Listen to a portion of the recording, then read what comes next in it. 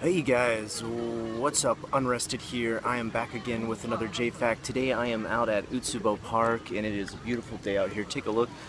Got people playing out in the water. I'm here with my kids, just chilling out. Got the sunglasses on just for the sun, not because I think I'm cool. And today I want to answer a question I got recently that was a pretty good one. It said, you've lived in Japan for almost 10 years now, which is true, I have, and what are the things that you still either don't understand or don't get or haven't assimilated into or still kind of question about with living in Japan? And that's a really good question because off the top of my head I can think of three. For the most part, there's so many positives in Japan, they far outweigh any of the negatives. So these aren't really complaints about anything. These aren't anything like I'm saying these are negative things or things that are bad about Japan that I don't understand why people do it. It's just things that I just don't understand. And maybe today someone in the comments will enlighten me and say, Scott, this is why people do that. Or maybe you'll be just as confused as I am. Anyway, let's jump into number one, and that is trash in Japan, throwing away trash. Now you're probably thinking like, Scott, it's simple, you just throw it in the basket, it's trash. But in Japan, usually you have to separate your trash into multiple receptacles. And in some prefectures, in some wards, there's so many different types. Like there's one variety show I watched one time where they separate into 23 different types of trash. Like you've got the plastic bottle and then you take off the top, and then like this here, I've got one right here. So like you've got this and you take off the top, right? And then there's this ring right here. There's a prefecture in Japan where they separate this and the bottle all into different receptacles. They have one just for the rings that connect the tops. And there's different parts of Japan where they separate it more and more and more. You've got plastic wrappers, this one's only paper, this one's only burnable, this one's only wood. You can only throw away plastic on this day. Even at my own apartment complex in the city, which is usually pretty lenient on you separating trash, has separate days for newspaper, cardboard, clothes, plastic, metal cans, or I should say aluminum cans, and a couple other ones, and that's just mine. And I'm in the city, and usually in the city you don't have to separate it as much because people live busy lives. But then Japan wraps everything in multiple packages at the same time, which I understand for display's sake. Like it makes stuff look really beautiful, you wrap it in beautiful packaging, and let's be honest, Japan's got some beautiful stationery, beautiful paper, beautiful prints, wonderful stamps that they put on things, and you know, the kanji always looks beautiful on different things.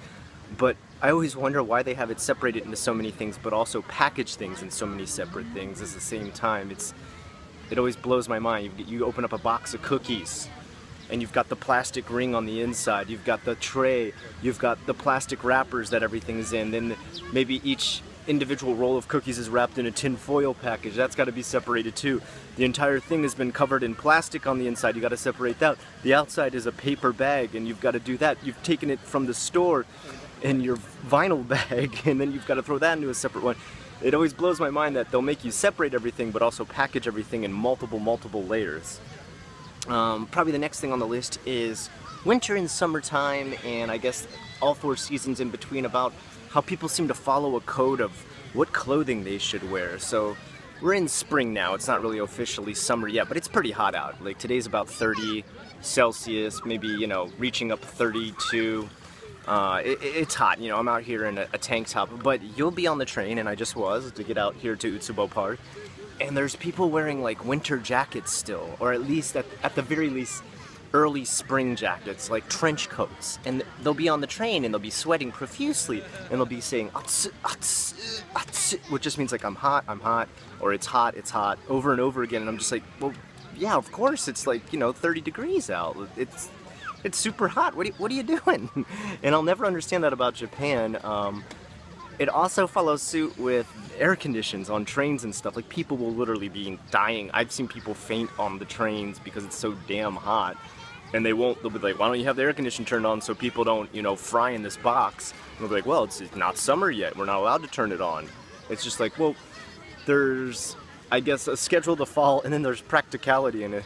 I always wonder, like, why don't you just follow practicality? But again, this is Japan, this is the way it's done. I'm not here to change or, you know, ask the country to do things different. I'm merely here to live here, make a living, pay my taxes, etc. So that's a second one. Always the kind of strange change in weather that people do. And the last one that kind of always confuses me is people usually put plastic bottles and they fill them up with water, or they'll hang CDs from their house. And I always thought this was such a strange practice. Why are people doing this? Why are they hanging the CDs, like old CDs, like, you know, you'd get like crap CDs in the mail, like in America we used to get the old AOL CDs for like 105 hours of free internet, and you wouldn't use those, you just toss them out. Japan, they'll keep CDs like that, or old CDs that they don't need anymore. They'll hang them from their like balcony, or from maybe a patio they have. And they'll also have around like telephone poles and their beautiful gardens and stuff, plastic bottles filled with water. And I was always like, God, this makes everything look so ugly. Like, why do they do this to their houses? Like, is it something I'm totally not understanding? And I heard on Variety Show, a newspaper, and a couple Japanese people, old Japanese people, told me that this is done to keep cats or other animals like raccoons out of their trash and out of their yard and out of their balcony and their patios. And I always wonder, like, why do this? So you're trying to keep it nice so that, you know, these animals don't tear up those different places, but then you put old water bottles and old CDs on all these places that eventually makes them look ugly anyway. So it seems so counterintuitive. It seems counteractive to everything you're doing. You're trying to stop these animals from tearing everything up, but then you've ruined everything with all this junk you're putting all around there.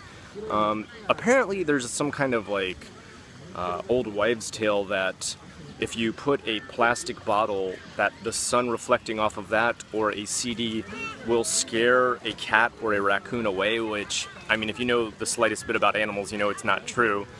And that always confuses me. So just maybe do a little research of your own, and you'll figure out that that doesn't happen, and then they can clean them up, and maybe just set out, I don't know, some other kind of, I'm sure there's some store-bought like spray or something you can do to get those animals to stay away from your area. Anyway guys, those are my 3 little things that I've never come to understand about Japan. Not negatives, not bad things, not really things that really impact my life even, aside from maybe the trash. And that's the few things I wanted to just give you in this video today. This is JFAQ, Japan's Frequently Asked Questions. I am Unrested with the questions you requested. Have a good one.